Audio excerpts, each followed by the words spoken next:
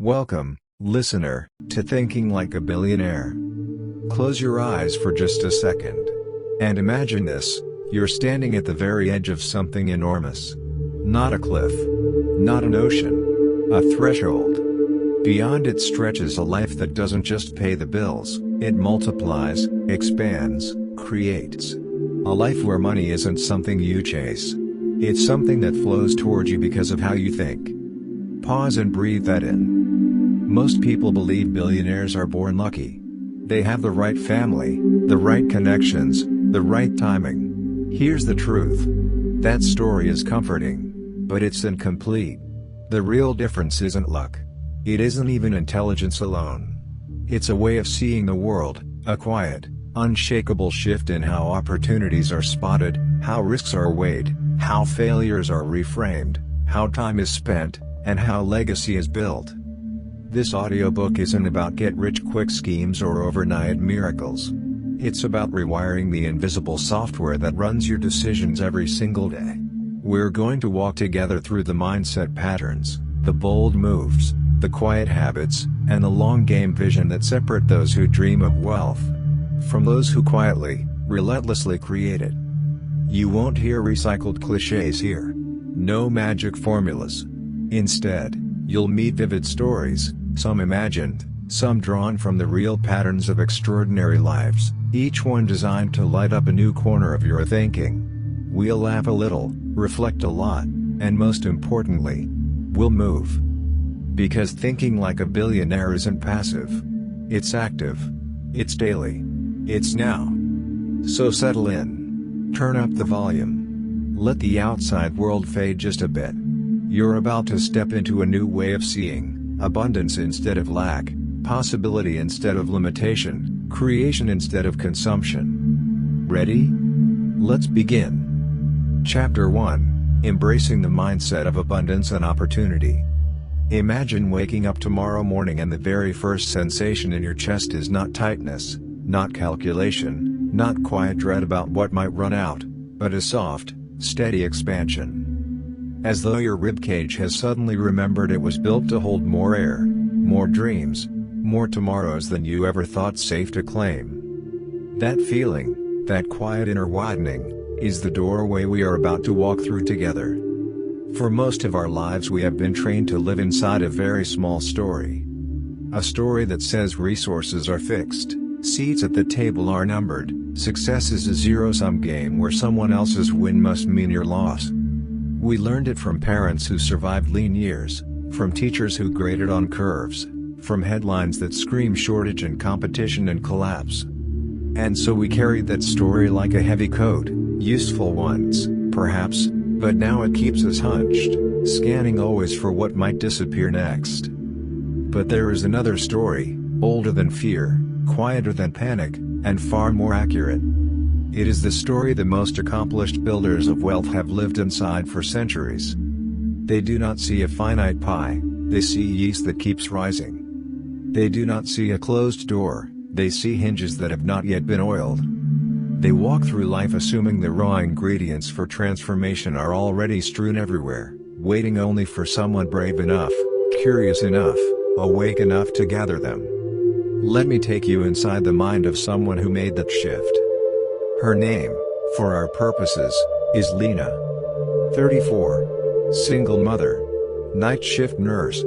Car that sometimes coughs and refuses to start. Apartment whose heat only works when it feels generous. By every conventional scorecard, her world looked like it had already handed her the short end of every stick. Yet somewhere between 3 a.m. feedings and charting patient vitals, Lena began to notice something strange. She began to notice that the same 24 hours everyone else was given felt elastic to her. She began to notice that complaints people made, casual, throwaway lines, were actually treasure maps if you tilted your head the right way. One Tuesday she heard a tired colleague mutter, "I wish someone would just make it easier to swap shifts without begging the whole department."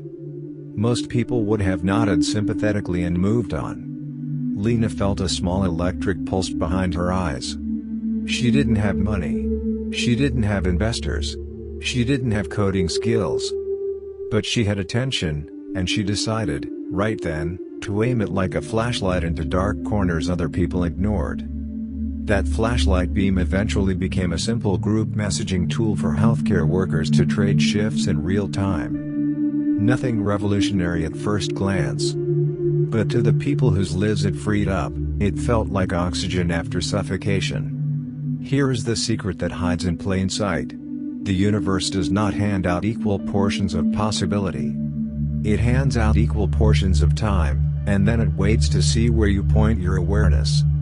Point it at lack, and lack grows fangs. Point it at expansion, and the whole landscape begins to rearrange itself around your new focus, almost as if reality is polite enough to mirror what you most expect. This is not wishful thinking dressed up as strategy. It is pattern recognition at the highest level.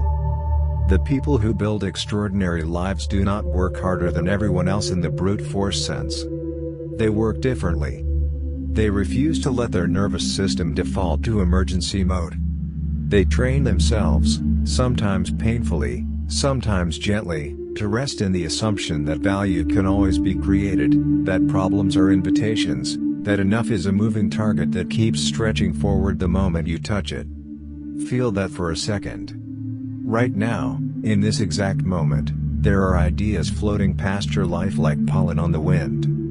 There are unmet needs whispering in conversations you have here. There are technologies waiting to be combined in ways no one has tried yet. Most will drift by unnoticed. But if you decide to become the kind of person who notices, will stop in midair and wait for you to claim them. Lena's little shift swap tool did not make her rich in the private jet sense right away. What it did was far more dangerous and far more permanent. It shattered the illusion that her circumstances were the ceiling. Once that illusion cracked, she could never fully glue it back together. Every time doubt tried to crawl back in, she had evidence, small, undeniable evidence, that the world is structurally generous to anyone willing to change the question from "why not me?" to "where is it already trying to happen through me?" This is the hinge moment for every listener right now. You do not need more time. You do not need more money to start. You do not need permission from anyone outside your own skull. You need only to decide, with quiet, stubborn clarity, that the default setting of reality is not scarcity, but surplus, and then to behave as though that decision is already true. When you do that, something almost mystical begins to happen. Synchronicities accelerate. The right book falls off a shelf. A stranger says the exact sentence you needed to hear. A problem you thought was yours alone turns out to be shared by thousands. None of it is magic. It is simply the natural consequence of tuning your attention to a different frequency. So here we are, you and I, at the very beginning of this journey. Before tactics, before strategies, before empires or exits or legacies, there is this one primal choice. Will you live as though the universe is rationing opportunity? Or as though it is waiting, almost eagerly, for you to show up and start harvesting what it has already prepared? The moment you answer that question in favor of harvest, something inside you exhales for the first time in years. And once you have exhaled that deeply, the air you breathe in next tastes different forever. That taste, that subtle flavor of possibility that never quite goes away, is what we mean by the mindset of abundance. It is not blind optimism. It is ferocious, wide-awake expectancy. It is the conviction that the raw material for your next chapter is already on the table, you have only to reach out and begin shaping it. So take one more slow breath. Let it fill every corner of your chest. And when you're ready, whisper to yourself the sentence that changes everything. There is more here than I was taught to see. And I am finally willing to look. That's the hook. That's the turning of the key. That's where every real fortune, financial, creative, personal, actually begins. Welcome to the rest of your life. Chapter 2, Mastering Risk-Taking and Bold Decision-Making. Imagine the exact moment before dawn when the sky is still navy but the first pale thread of light is beginning to pull at the horizon. You stand alone on a high ridge. Below you, a river cuts through stone, fast, cold, unapologetic. A single fallen tree trunk lies across the water like nature's own dare. It is wet. It is narrow. It trembles slightly under its own weight. Every instinct screams retreat, stay on this safe bank where the ground is solid and the path is known. Yet something inside you, faint but stubborn, keeps staring at the far side where the light is already touching grass you have never walked on. That moment, that suspended breath between staying and going, is the birthplace of every extraordinary life. Most people never cross. They study the log too long. They wait for a wider bridge, drier wood, calmer water. They tell themselves tomorrow will be better, next year safer, someone else braver. And year by year the river widens in their mind until the far bank becomes a myth, something that happens to other people. But the individuals who reshape industries, who build lasting fortunes, who wake up one day and realize they are living a life they once only daydreamed about, they do not wait for certainty. They wait only for clarity. And clarity comes not from endless analysis, but from deciding that the cost of inaction has finally become heavier than the cost of motion. Let me bring someone into the room with you. His name is Marcus. 41. Divorced. 2 kids he sees every other weekend. A respectable job managing inventory for a regional chain of hardware stores, the kind of position that comes with a parking spot and a holiday turkey.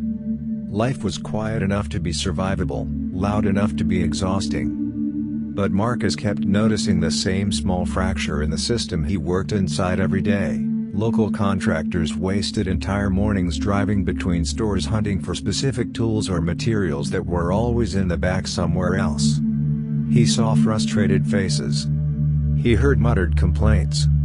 He felt the inefficiency like sand in his shoes. One rainy Thursday he sat in the break room with cold coffee and asked himself a question that felt almost criminal in its simplicity.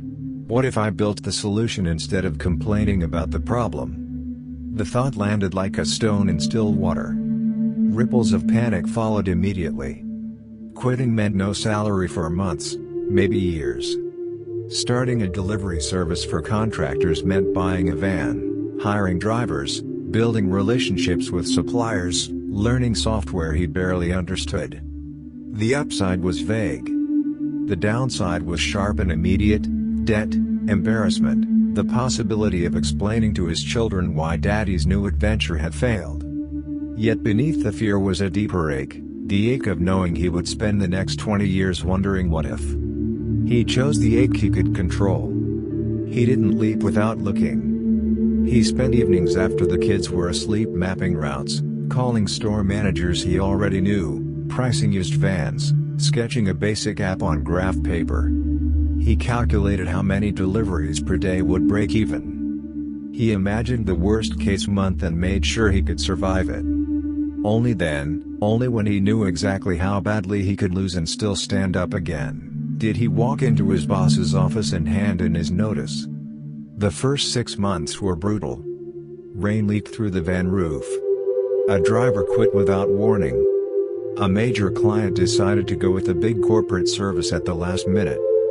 Marcus slept 4 hours a night and lived on peanut butter sandwiches. But every near miss taught him something. Every lost order showed him where trust was thin. Every long night behind the wheel sharpened his sense of what contractors actually needed, not just speed, but reliability they could bet their reputation on. By the end of year 2 the platform had grown legs. Contractors began asking for it by name. Suppliers offered better terms because they saw volume coming. Marcus hired his first full-time dispatcher, a single mom who knew every back road in 3 counties. He wasn't rich yet, but he was free. Free from the fluorescent lit cage. Free from the slow bleed of a life half-lived. Here's the quiet, fierce truth at the heart of it all. Risk is not chaos wearing a blindfold. It is courage wearing preparation like armor. The billionaire mind does not love danger, it loves expansion. And expansion always lives outside the comfort zone, across the wet log, over the cold river, one trembling step at a time. Feel the difference. Foolish risk is jumping without ever measuring the distance. Intelligent boldness is measuring until your hands know the distance by heart, then jumping anyway because staying still has become a slower kind of death. Look back at your own life for a moment. Remember the doors you walked past because the timing wasn't right. The conversations you swallowed because they might laugh. The dreams you filed away because it's too late now. Each of those moments was a log across your own river, and you chose the bank you already knew. Marcus chose differently. He didn't eliminate fear. He simply stopped letting fear write the final sentence. He let preparation write the first 3 chapters, then gave courage permission to finish the story. That is the pattern you will see again and again in lives that reach towering heights. They prepare until doubt shrinks. They decide while others are still debating. They move while the bridge is still swaying. So pause right now. Wherever you are, close your eyes if you can. Picture your river. Hear the water. See the log. Feel the wind on your face and the pull of the far bank. Ask yourself the question that separates the dreamers from the builders. What will it cost me, really cost me, to stay on this side forever? Let that question sit in your chest. Let it ache. Because that ache is honest. That ache is compass. That ache is the signal that the time for perfect conditions has passed, and the time for deliberate, prepared, breathtaking motion has arrived. Here is the lesson I want to burn into your awareness. Mastery of risk is not the elimination of fear, it is the demotion of fear from dictator to advisor. Prepare ruthlessly. Decide swiftly. Act decisively. Cross the log not because you feel no trembling, but because you refuse to let trembling be the end of your story. The far bank is not reserved for the fearless, it is reserved for the ones who move anyway. You are one decision away from changing which side of the river you live on. Take that breath. Grip the ropes. Step. The light is already waiting on the other side. Chapter 3. Chapter 4, Building Resilience and Learning from Failure. Imagine a winter forest after the first heavy snow. Every branch is bowed under white weight. Some snap clean off and lie broken on the ground. Others bend, almost to the point of touching earth, yet they hold. Over time the snow melts, the sun returns, and those that bent begin to rise again, often stronger at the very place where they flex the deepest. The ones that snapped remain where they fell. That image captures the difference between fragility and resilience. One meets pressure with rigidity and shatters. The other meets it with intelligent surrender, absorbs the force, and emerges changed, not weaker, but re-engineered by the very storm that tried to destroy it. Most people believe resilience is something you are born with, a gift of temperament, a lucky roll of emotional dice. They think the people who rise repeatedly after devastating falls possess some rare inner steel the rest of us lack. That belief is comforting, because it excuses us from effort. But the truth is far more empowering. Resilience is not inherited. It is constructed. It is a skill forged in deliberate repetition, in conscious reflection, in the stubborn refusal to let any setback write the final line of your story. Let me bring someone real into focus for you. Her name is Priya. Late 30s. Former product lead at a fast-growing fintech startup. She had climbed fast, promotions every 18 months, glowing reviews, invitations to speak at industry events. Then came the product she had poured 3 years into, a mobile wallet meant to revolutionize cross-border payments for small businesses. Launch day arrived. The app crashed under load within 40 minutes. User complaints flooded social media. Investors pulled back promised funding. Within weeks the board decided to sunset the project. Priya watched her name become synonymous with failure in the hallways she once walked with confidence. She was let go quietly. The humiliation burned. For the first few days she stayed in bed. The blinds stayed closed. Her phone stayed off. But on the 4th morning something small shifted. She got up, made coffee, and sat at her kitchen table with a blank notebook. She did not write affirmations. She wrote Autopsy. What decisions had she made that looked smart at the time but proved brittle under pressure? Or had she ignored early warning signals because she was too attached to the vision? Which assumptions had she never stress-tested? Page after page she dissected her own choices, not to punish herself, but to extract every usable fragment of insight. That notebook became her forge. She refused to rush into the next thing. Instead she treated the failure like a brutal but brilliant mentor. She reached out to former colleagues, not for pity, but for honest feedback. She read technical postmortems from other crash launches. She studied companies that had survived similar disasters and emerged dominant. She began to see patterns. The ones that recovered fastest were the ones that refused to treat failure as a verdict. They treated it as raw data, expensive, painful, but priceless. 6 months later Priya launched again, not a direct sequel, but something adjacent and wiser. A lightweight API that lets small businesses embed cross-border payment tracking into their existing tools without building everything from scratch. She kept the team tiny. She launched with a beta group of only 20 trusted clients. She built in real-time monitoring from day one.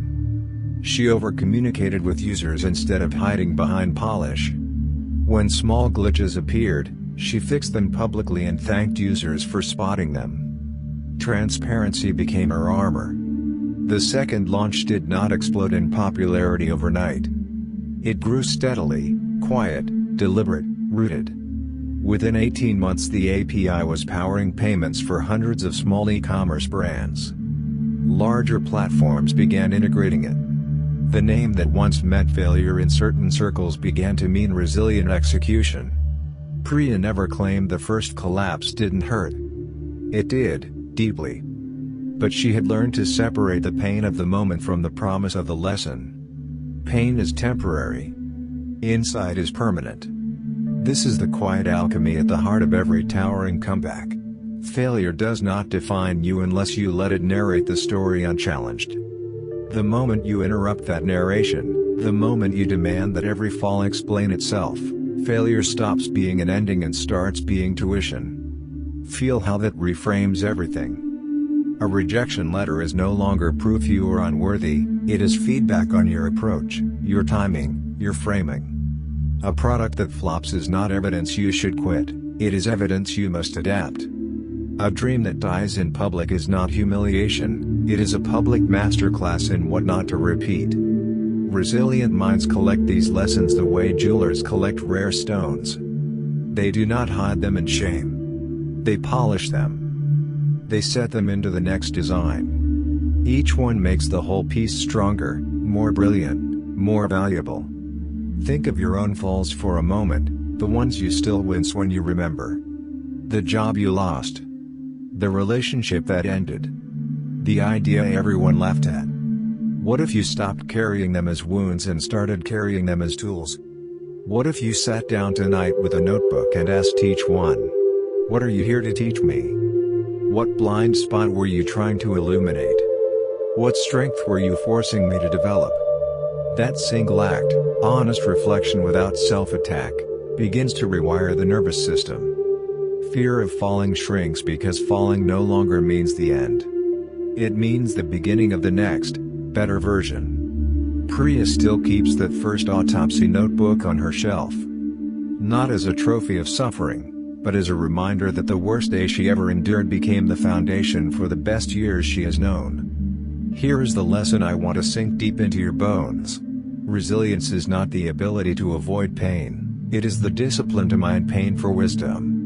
When you fall, do not rush to stand up and pretend it never happened. Stand still long enough to extract every fragment of understanding the fall offers. Study it.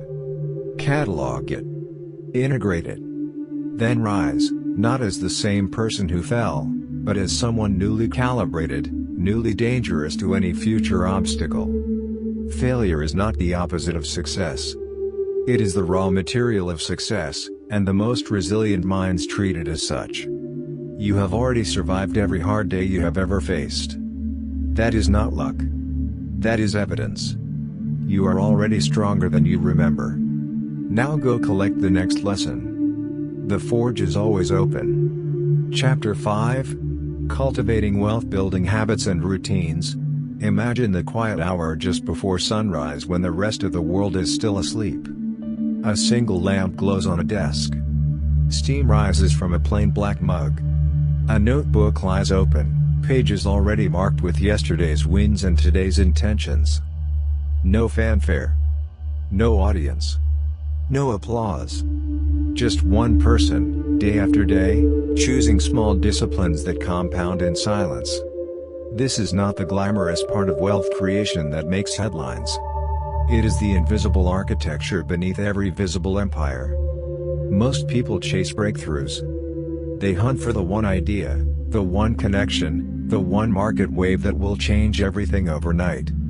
They treat wealth like a lottery ticket: buy it, scratch it, hope.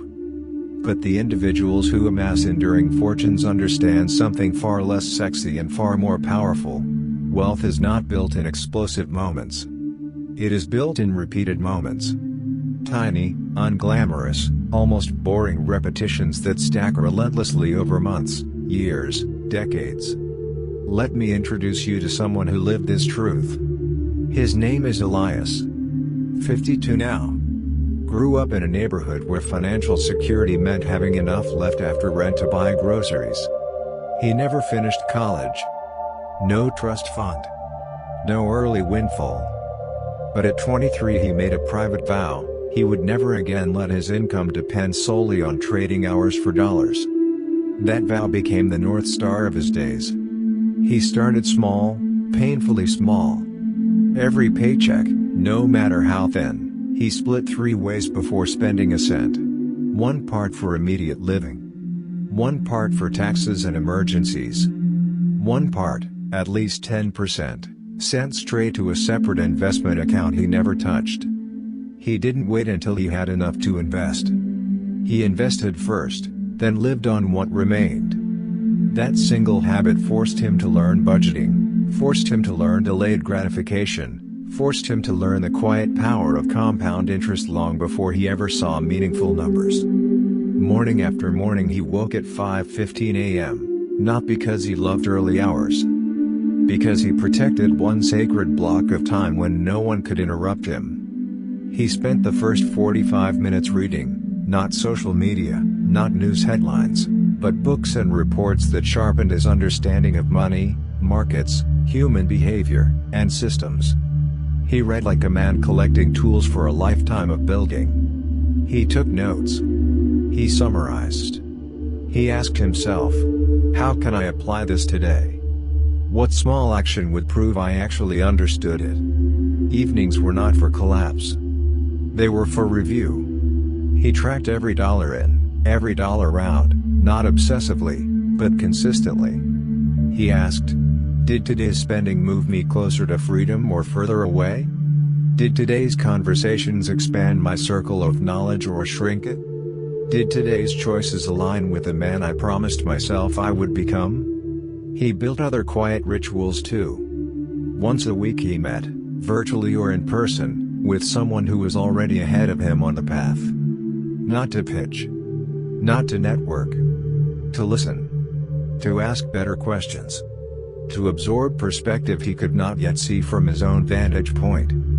He paid for coffee, for lunch, for time, gladly, because he treated wisdom as the highest leverage investment he could make.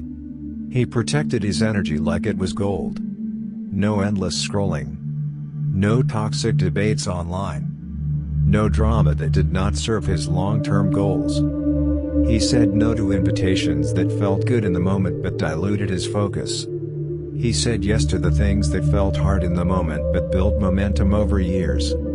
Year by year the results were invisible. Until they weren't. The investment account grew.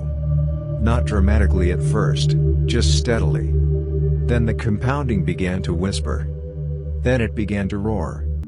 By his mid-30s he had enough passive income to cover basics and take bigger risks. By his early 40s he owned pieces of businesses he had once only dreamed of joining. By 50 he was financially untouchable, not because he had been lucky, but because he had been consistent when almost no one was watching. Here is the quiet revolution most people miss. Wealth is a lagging indicator. The habits that create it are leading indicators. You do not see the harvest the day you plant the seed. You see it seasons later, and only if you kept watering when nothing was sprouting. Feel how ordinary these habits are.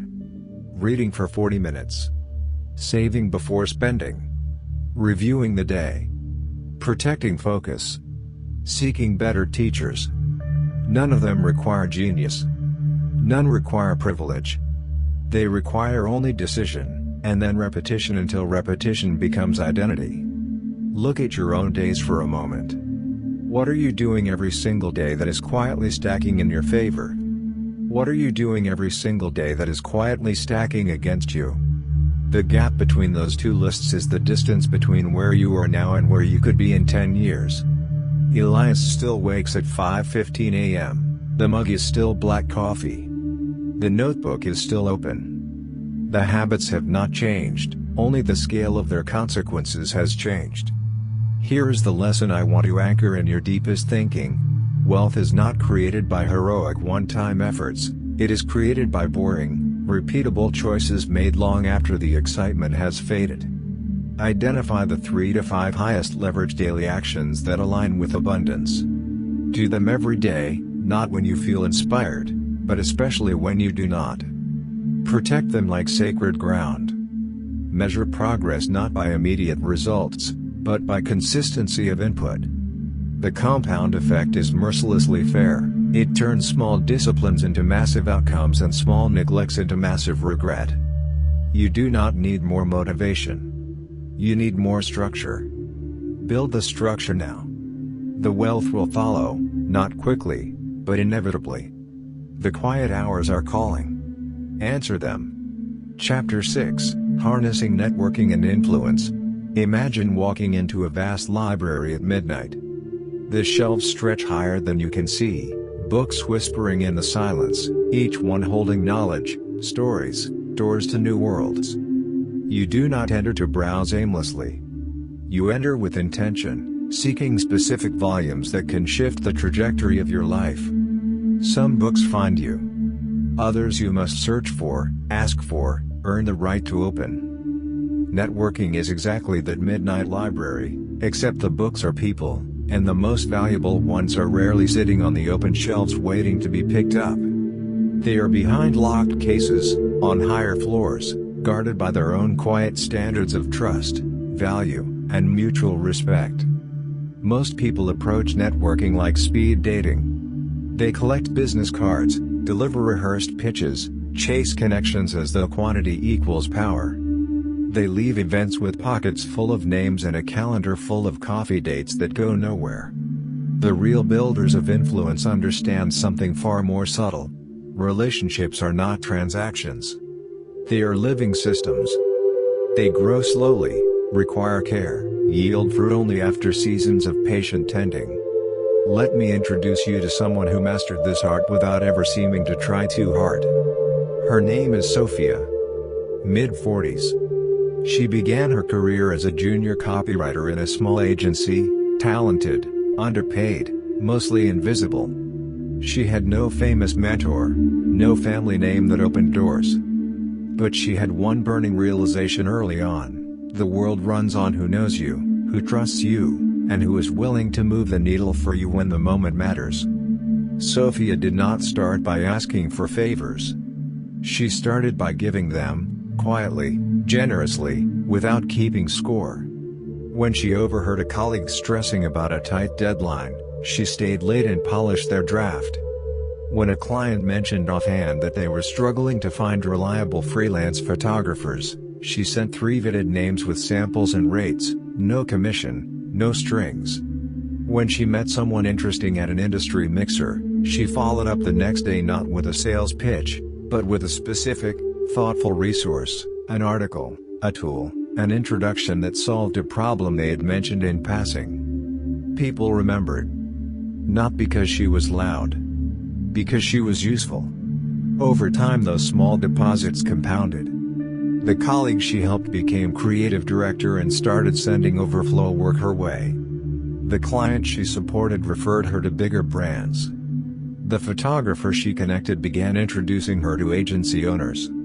Sophia never chased the spotlight, she created value in the shadows, and the spotlight found her anyway. By her early 30s she had built a quiet circle of high-caliber relationships across industries, founders, investors, editors, technologists, artists. Not a Rolodex of thousands, a curated garden of perhaps 60 or 70 people she knew deeply. She knew their spouses' names, their children's ages, their hidden insecurities, their unspoken ambitions. She checked in without agenda. She celebrated their wins publicly and supported their quiet struggles privately. She became the person others thought of first when they needed insight, partnership, or simply someone who understood. When she decided to launch her own creative consultancy, she did not blast a press release or run ads. She sent 12 personal messages, handwritten notes, actually, to the people she had spent years serving. Each note was specific, grateful, honest about what she was building and why she believed it would matter. Within weeks those 12 conversations turned into 38 introductions. Those introductions turned into contracts. Within 18 months her firm was profitable, selective, and growing through word of mouth alone. Here is the principle most people never grasp. Influence is not charisma. It is credibility earned through consistent, selfless contribution. The most powerful networkers do not ask who can help me? They ask whom can I help, and how can I do it in a way that feels meaningful to them. Feel the shift. Desperate networking is loud, needy, short-term. Authentic influence is quiet, generous, long-term. It operates like gravity, you do not see the pull in any single moment, but over time entire orbits bend toward you. Sophia protected her reputation like it was oxygen. She never exaggerated her wins. She never spoke ill of others. She owned her mistakes publicly and fixed them privately. She became known as someone whose word was iron, and in a world of smoke and mirrors, that alone made her magnetic. She also learned to say no with grace. When requests came that did not align with her values or bandwidth, she declined without apology and offered an alternative, another name, another resource, another path forward. People respected her boundaries, and respected her more because of them. Today Sophia's network is not something she has. It is something she lives inside, a living ecosystem of mutual uplift where value flows in every direction. She still writes thank you notes. She still makes introductions. She still listens more than she speaks. The scale has changed, but the habits have not. Now look at your own circle. Who are the 5 people who, if they moved one lever in your favor, could change everything for you? Are you already giving them reasons to want to pull that lever? Or are you still waiting for them to notice you? The bridge between where you are and where you want to be is almost never built alone. It is built through other people, through trust, through memory, through moments when you showed up for them before you ever needed them to show up for you. Here is the lesson I want etched into your thinking forever. Influence is the quiet compound interest of human relationships. Give value first, give it consistently, give it without scorekeeping. Nurture a small circle of deep, high-quality connections rather than a large circle of shallow ones. Become the person others trust to deliver, to care, to remember. When you do that, doors you never knocked on begin to open, not because you demanded entry, but because the people on the other side already want you inside. You do not need to be the loudest voice in the room. You need to be the one people remember when it matters most. Start planting those seeds today. The harvest arrives when you least expect it, and it arrives abundantly.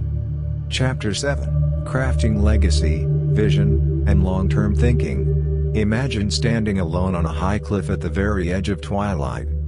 The sun has just slipped below the horizon, yet the sky still holds soft fire. Far below, a wide river moves slowly through the valley like liquid silver. You realize this river has carved the stone for thousands of years without hurry. You feel small against that patient power, yet strangely connected to it. This is the first taste of long-term thinking, sensing time as an ally instead of an enemy. Most people run against the clock, trying to outpace it. But billionaire minds learn to walk beside time, letting it carry their work forward. They understand that real scale is never instant. Real scale is geological. Real scale is generational. What you begin today may not bloom until your hair is silver. And that is not failure, that is design. Pause and let that truth settle into your chest. This chapter is about choosing to become part of something ancient and ongoing. Vision is not a pretty picture you hang on the wall. It is a living compass you consult when every other voice screams now, now, now. It asks questions most people avoid. What will my choices mean in 30 years? Who will benefit when I am no longer here to collect praise? What problem is worth solving even if I never see the solution finish? These questions feel heavy at first, almost frightening. Yet they are liberating because they free you from the tyranny of the urgent. They shift your focus from applause today to consequence tomorrow. They teach you to value depth over flash, endurance over excitement. A clear vision does not promise an easy path. It promises a meaningful one. It turns ordinary days into quiet acts of architecture. Every small decision becomes a brick in a structure taller than yourself. Hold that image. You are not merely living, you are building. And the building continues long after the builder rests.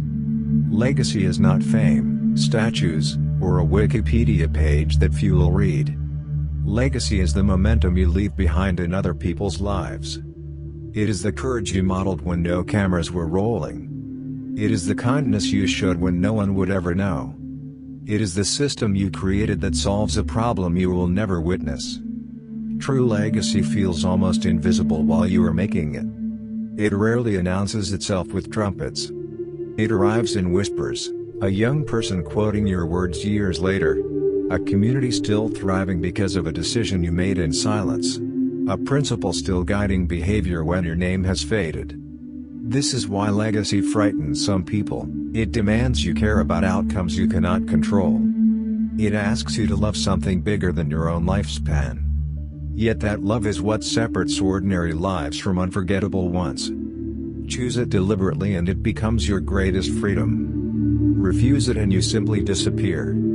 Think of Elena again, the woman who taught girls to code in forgotten villages. She never sought headlines or a billionaire status. She sought continuity. She built slowly so the work could outlast her. She trained others to replace her rather than cling to control. She gave away credit freely because credit was never the point. Her reward was not applause, it was replication. Year after year the small seeds she planted grew roots she could not see. Decades later those roots support entire forests of possibility. She did not live to see every branch. She lived to start the growth. That is the quiet power of long-term vision. You do not need to witness the full harvest. You only need to begin planting faithfully. And then trust time to do what time does best. Every day you face 1,000 micro-choices between short-term comfort and long-term significance. Scroll mindlessly or read something that stretches your mind? Spend impulsively or invest in assets that compound quietly? React in anger or respond with patience that models maturity? These are not dramatic forks in the road. They are the daily threads that weave your legacy. Ignore them and your story becomes accidental. Honor them and your story becomes intentional. The billionaire mindset understands this. Greatness is rarely one heroic act. Greatness is thousands of almost invisible correct choices layered over decades. When you choose the harder right over the easier wrong, you are writing future chapters. You are sending messages forward in time. You are planting trees whose shade will cover people you will never meet. Feel the weight and the privilege of that responsibility. It is the highest form of power. Long-term thinking protects you from distraction. When a shiny new opportunity appears, you do not ask, will this make me rich fast? You ask, does this align with the 100-year picture? That single filter eliminates most noise. It saves years of misdirected effort. It keeps your energy pointed toward what endures. Short-term thinkers chase every wave. Long-term thinkers study the tides. They know which currents carry ships to distant shores.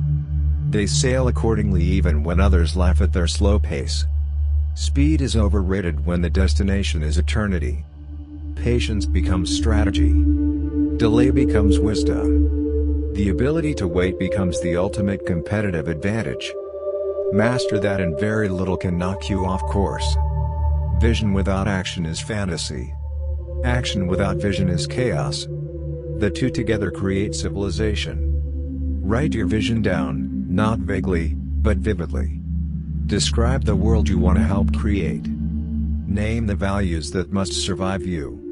List the people who should carry the torch. Then break that far future into this week's behavior. What must you do today to remain faithful to that distant picture? Do that thing even when it feels insignificant. Especially when it feels insignificant. That is where real legacy is forged, in the moments no one sees. Consistency in obscurity is the true test of character. Pass that test daily and the future begins to bend toward you. Not because you forced it, but because you deserved it. Legacy also means preparing others to surpass you. The moment you stop fearing that someone will outgrow you, you become dangerous. You start giving away knowledge instead of hoarding it. You mentor without jealousy. You build systems that do not collapse when you step away. You celebrate when your students achieve more than you ever did. This is the opposite of ego. This is maturity. This is immortality through influence. The greatest leaders do not try to be irreplaceable. They make themselves gracefully replaceable. They pour themselves into others so the mission outlives the messenger. When you do this, your name may fade, but your effect grows louder.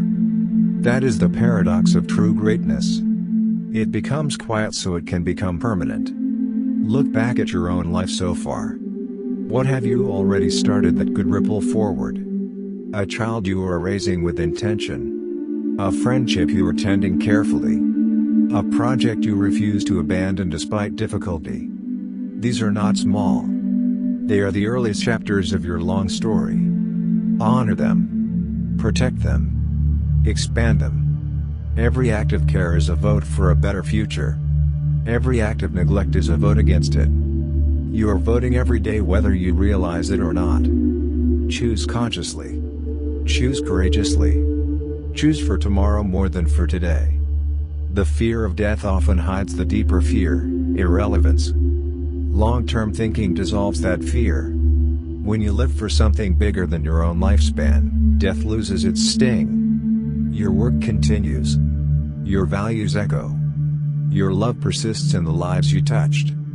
This is not denial of mortality, it is transcendence of it. You stop racing against time. You start dancing with it. You become part of the long human story instead of a brief solo. That shift changes everything. It brings peace. It brings purpose. It brings power that no bank account can match. Live that way and you never truly leave. Here's the final lesson of this journey. Legacy is built by refusing to let the horizon end at your own lifetime. See farther. Care deeper. Act smaller yet more consistently. Plant what you will never harvest. Teach what you will never need to use. Love what will outgrow you. The billionaire mind knows wealth is temporary, influence is eternal. Choose influence. Choose consequence. Choose the long game even when no one else is playing it. One day future eyes will look back and thank you. Not with words, but with lives well lived because you dared to think beyond yourself. That is the ultimate return on investment. That is thinking like a billionaire at the scale of time. Your story is still being written. Make it vast. Make it generous. Make it last. Conclusion. And here we are. The last page turned, the final breath of this journey drawn. You've walked through abundance, crossed swaying bridges of risk, mapped empires in silence, risen from every fall wiser, built wealth one quiet habit at a time, woven influence through generosity, and dare to plant trees whose shade you may never sit beneath. This is not just a mindset you borrowed for a few hours. This is a lens you now carry, one that turns ordinary moments into the raw material of extraordinary lives. The difference between those who dream of wealth and those who quietly create it was never intelligence, luck, or connections alone. It was choice. Daily. Deliberate. Uncompromising. You now know how to choose differently. So tomorrow morning, when the alarm sounds and the world rushes in with its noise and urgency, remember this: you are no longer just reacting to life. You are designing it, move by move, habit by habit, decade by decade. Start small if you must. Start scared if you have to. But start. The life you want is already waiting on the other side of consistent, courageous action. If these ideas stirred something inside you, if you want more stories, more mindset shifts, more reminders that the extraordinary is built one intentional day at a time, then come dive with us. Subscribe to Book Divers on YouTube. We unpack the world's most powerful books and turn their best ideas into fuel for your own bigger life, one dive at a time. This isn't goodbye. This is your launchpad. Keep thinking like a billionaire. Keep acting like one. I'll see you in the next dive. Until then, go build something massive.